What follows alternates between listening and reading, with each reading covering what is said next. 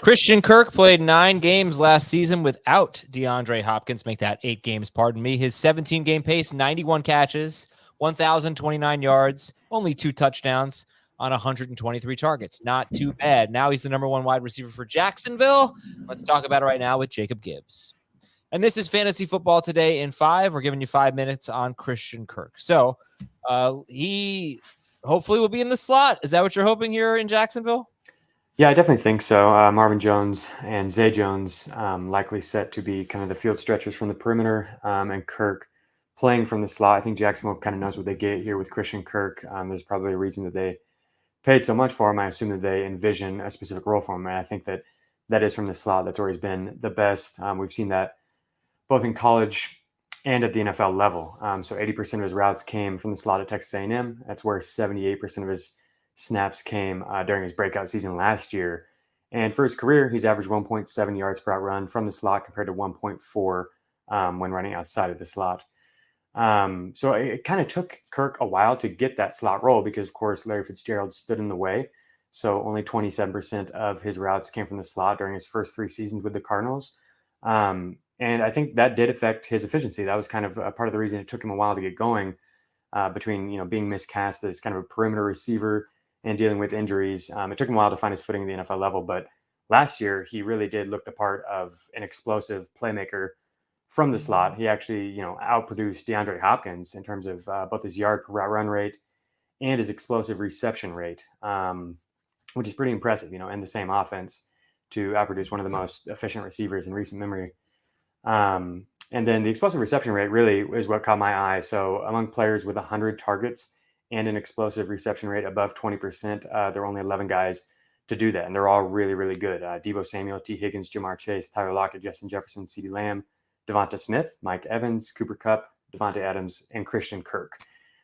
So, the full-time move to the slot in 2021 definitely maximized Kirk's skill set. And I think a move to Jacksonville where an offense that's intentional about getting their slot receiver involved could allow him to, potentially access a level beyond even what we saw in 2021, which is definitely exciting.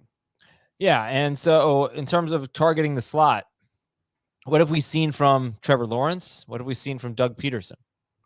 Right. Yeah. When I dug into Jacksonville's route data from Lawrence's rookie campaign, what really stood out to me was the use of the slot position. We'll be focused on 2 specific routes here: out routes and crossing routes, and how they're likely to affect Christian Kirk's efficiency in his first season with the Jags. So the league average crossing route rate from the slot in 2021 was 13.6%. So 13.6% of all slot routes were crossing routes last year. The league average out route rate from the slot was 19.6%. The Jags slot receivers were used at a 16 and 23% rate in 2021.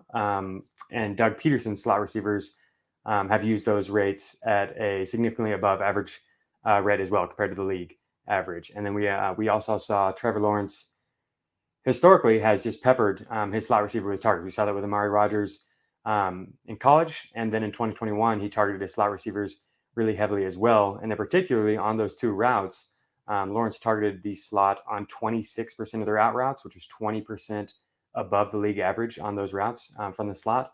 And then he targeted his slot receivers on 21% of their crossing routes, which was just above the league average as well. That brings us back to Christian Kirk, who has been really good on these routes, crossing routes and out routes.